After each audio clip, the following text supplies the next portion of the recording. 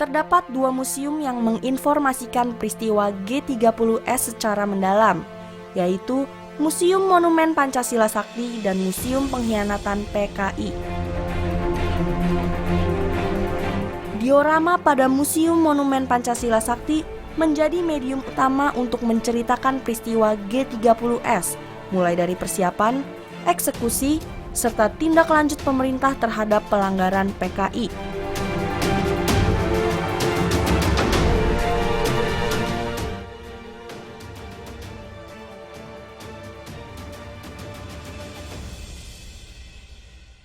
Di samping gedung Museum Monumen Pancasila Sakti, terdapat Museum Pengkhianatan PKI. Pengunjung akan disambut dengan ruang intro yang menampilkan 3 mozaik foto, yaitu kekejaman PKI dalam pemberontakan Madiun, penggalian dan pengangkatan jenazah pahlawan revolusi, dan pengadilan gembong G30S dalam sidang Mahkamah Militer Luar Biasa.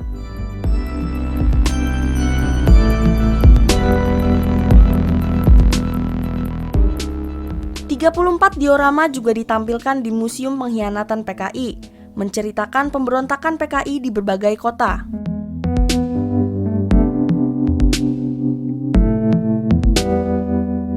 Di Jogja juga ada korban dan rem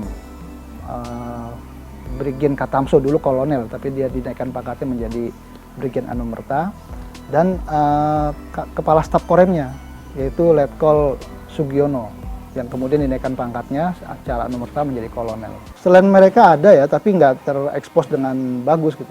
Tapi yang ini terekspos karena pejabat-pejabatnya ya, pejabat-pejabat daerah. Gitu.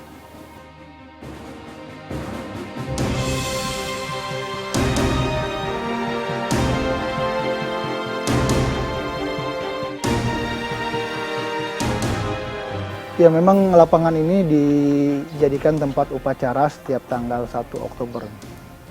Itu dimulai sejak tahun 1967, 1 Oktober 1967. Lagi-lagi itu hanya berupa situs ingatan ya, mengingatkan kembali itu bahwa peristiwa yang keji ini telah terjadi, dan diingatkan pula di samping didirikan monumen, diingatkan pula dengan cara-cara upacara. Dan itu saya kira cara-cara yang standar dimanapun ya di dunia ya, kalau untuk mengingatkan suatu peristiwa. Ya, inspektur upacaranya presiden ya, sejak tahun 67 hingga saat ini, kemarin terakhir tahun 2014 itu presiden langsung yang memimpin upacara.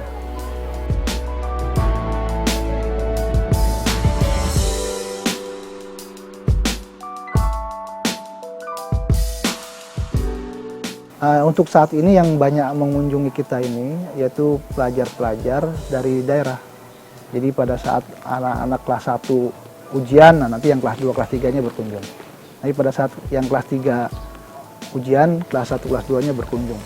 Dan yang menarik ini, jadi sejak tahun 2014 kemarin, itu yang berkunjung ke sini instansi-instansi pemerintah datang.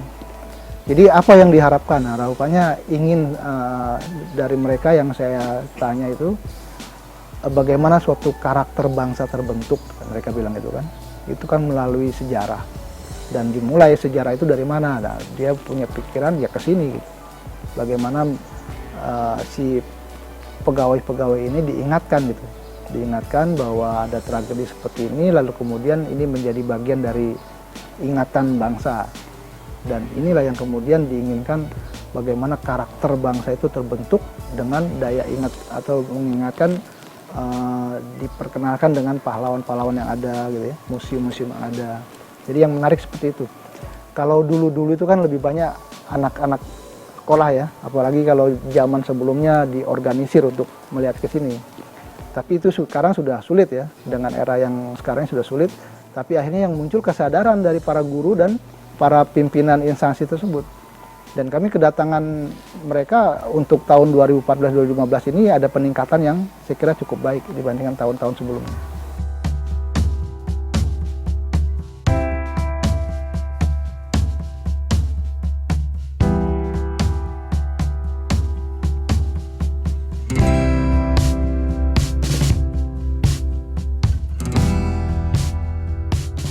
Yang diinginkan pertama dengan dibangunnya monumen itu mengingatkan kita ya, bahwa ini menjadi situs ingatan gitu.